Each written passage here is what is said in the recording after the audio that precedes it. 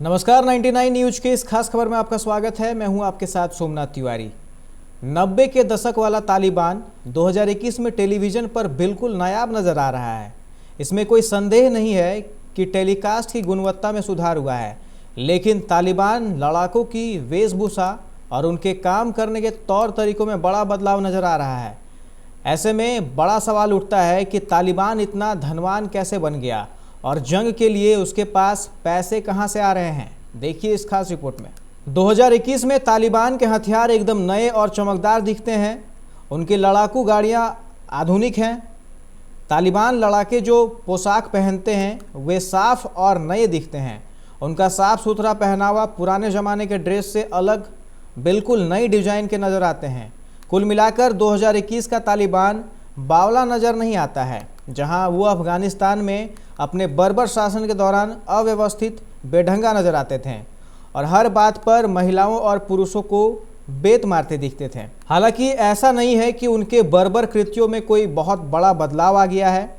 उनके कब्जे वाले कई प्रांतों में बालिका विद्यालय चल रहे हैं, तो यह भी सही है कि तालिबान लड़ाके कई जगहों पर पुराने तरीके से व्यवस्था को चला रहे हैं। फिर भी उनके रहन सहन और काम के तरीके में तब्दीली दिख रही है।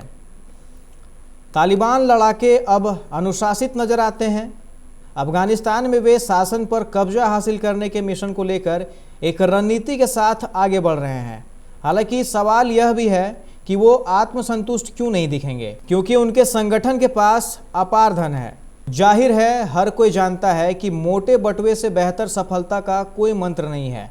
तो तालिबान की कुल कमाई कितनी है और उनका पैसा कहां से आता है, यह गौरतलब सवाल है।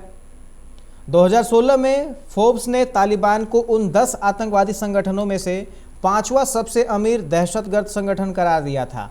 आईएसआईएस का उस समय 2 बिलियन अमेरिकी डॉलर का कारोबार था और इस पायदान पर शीर्ष पर था। 5वें नंबर पर तालिबान था, जिसका सालाना कारोबार 400 मिलियन अमेरिकी डॉलर था। फोर्ब्स ने तालिबान की कमाई के प्राथमिक स्रोतों में नशीले पदार्थों की तस्करी, सुरक्षा के नाम पर धन उगाही और दान के रूप में मिलने वाले धन को बताया था। और यह आंकड़ा 2016 का है, जब तालिबान का अफगानिस्तान में उतना वर्चस्व नहीं था जितना आज है। रेडियो फ्री यूरोप और रेडियो लिबर्टी द्वारा हासिल नाटो की गोपनीय रिपोर्ट के अनुसार वित्तीय वर्ष 2019-20 में तालिबान का वार्षिक बजट 1.6 बिलियन डॉलर था, जिसमें 2016 के फोर्ब्स के आंकड़ों की तुलना में उसकी कमाई में 4 वर्षों में 400% की वृद्धि देखी गई। रेडियो फ्री यूरोप और रेडियो लिबर्टी ने नाटो रिपोर्ट के हवाले से विभिन्न मदों को सूचीबद्ध करते हुए राजस्व का ब्यौरा दिया, जिसके तहत तालिबान ने अपने डॉलर कमाए। वित्तीय वर्ष 2019-20 में तालिबान को खनन से 464 मिलियन डॉलर, मादक पदार्थों से 416 मिलियन डॉलर, विदेशी दान से और 240 मिलियन डॉलर टैक्स से, वहीं 160 मिलियन डॉलर सुरक्षा के नाम पर वसूली और रियल इस्टेट से 80 मिलियन डॉलर मिले। वहीं गोपनीय नाटो रिपोर्ट में इस तथ्य का जिक्र था कि तालिबान नेतृत्व एक स्वतंत्र राजनीतिक और सैन्य इकाई बनने की खातिर आत्मनिर्भर बनने की कोशिश में जुटा हुआ है। तालिबान वर्षों से विदेशी दान और योगदान पर अपनी निर्भरता कम करने में जुटा हुआ था। 2017-18 में कथित तौर पर इसे विदेशी स्रोतों से अनुमानित 500 मिलियन डॉलर या इसके कुल फंडिंग का लगभग आधा मिला था। 2020 तक यह तालिबान की कुल कमाई से लगभग 15% तक कम हो गया। उसी वित्तीय वर्ष में अफगानिस्तान सरकार का आधिकारिक बजट 5.5 बिलियन डॉलर का था। इसमें से केवल 2% से भी कम रक्षा के लिए था। हालांकि तालिबान को अफगानिस्तान से दूर रखने के लिए बड़े पैमाने पर अमेरिका अफगान सरकार को फंडिंग कर रहा था।